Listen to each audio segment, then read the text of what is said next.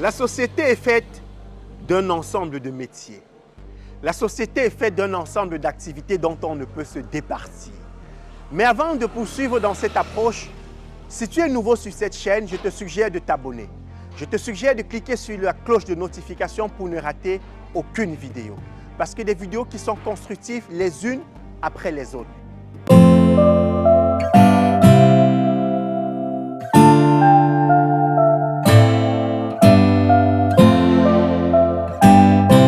Mais aujourd'hui, j'ai envie de te poser une question. Et la question que je vais te poser est issue d'un échange que j'ai eu avec quelqu'un. Quelqu'un qui est venu me voir pour une stratégie marketing.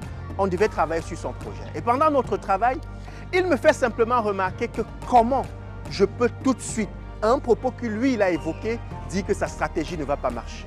Et je lui ai dit, mon gars, il faut savoir que si tu es venu me voir, c'était parce que tu souhaitais que j'anticipe sur certaines choses que tu as l'habitude de faire. Parce que moi, j'ai longtemps travaillé sur le terrain et je peux anticiper sur 2 ou 3 choses qui pourraient ou non marcher. Et il m'a sorti un truc et c'est ça qui m'a valu l'objet de cette vidéo. Il m'a sorti un propos que voici. Il m'a dit, comment tu peux dessiner le diable au mur? Comment tu peux faire en sorte que les choses veuillent déjà mal se passer alors qu'on n'a même pas encore commencé le projet? Moi, ça m'a fait rire. Et quand ça m'a fait rire, je lui ai dit, je vais t'évoquer quelques métiers et tu vas me dire s'ils ont leur place sur la terre. Première chose, je vais te demander, le constructeur de voitures qui au moment de créer la voiture a décidé de mettre la ceinture de sécurité. Est-ce que ce que tu me dis, c'est que le gars veut qu'on fasse l'accident?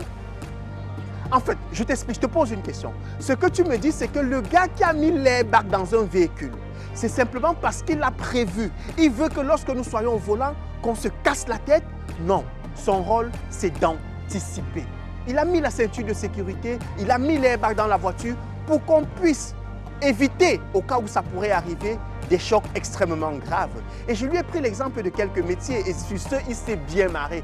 Je lui ai dit, mais gars, imagine un scénario. Ce que tu es en train de me dire, c'est que le monsieur qui fabrique son métier exclusif, c'est un menuisier super bon, mais il est orienté dans un seul domaine. Le gars fabrique uniquement les cercueils. Donc en français facile, ce que tu es en train de me dire, c'est que ce gars, lorsqu'il rentre chez lui, il prie que les gens meurent, il prie que les gens décèdent, parce que oui, si les gens ne décèdent pas, son activité ne servira à rien. Oui, je t'avoue. Un jour, il y a un d'entre eux qui est rentré et son fils lui a demandé, mais papa, tu n'as rien gardé? Il a dit, papa, mon fils, le marché n'était pas bon. Mais il parle de marché de quoi? En français facile, il est en train de dire que les gens ne sont pas morts aujourd'hui. Et moi, ça me fait toujours marrer.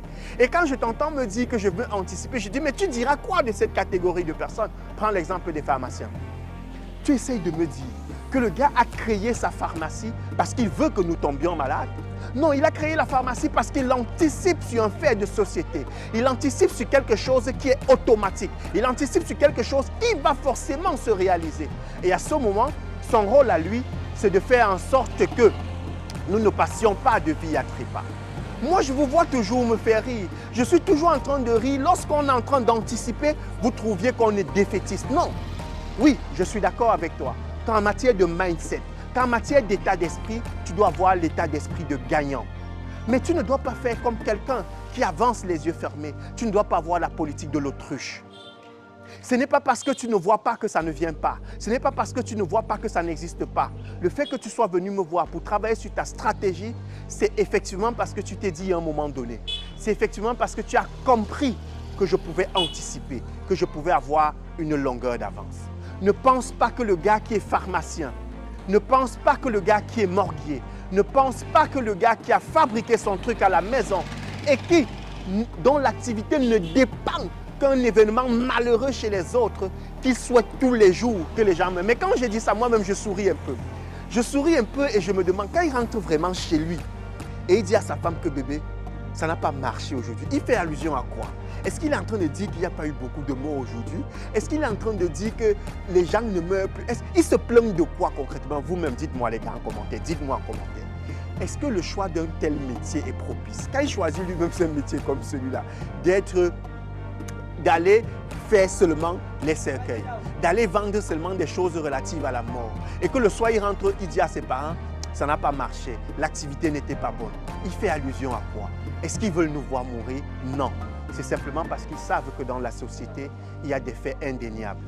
Il y a des choses qui ne dépendent pas de leur volonté. et dessus, ils doivent être aussi capables de déposer leur business. Quand je te dis que cette stratégie ne va pas marcher, ce n'est pas que je suis défaitiste. Simplement parce que j'ai longtemps appliqué sur le terrain et je sais ce qui pourrait marcher à un moment donné en fonction du secteur d'activité et je sais ce qui ne pourrait pas marcher. Toi, je te suggère vivement de comprendre cette approche et d'anticiper. Merci.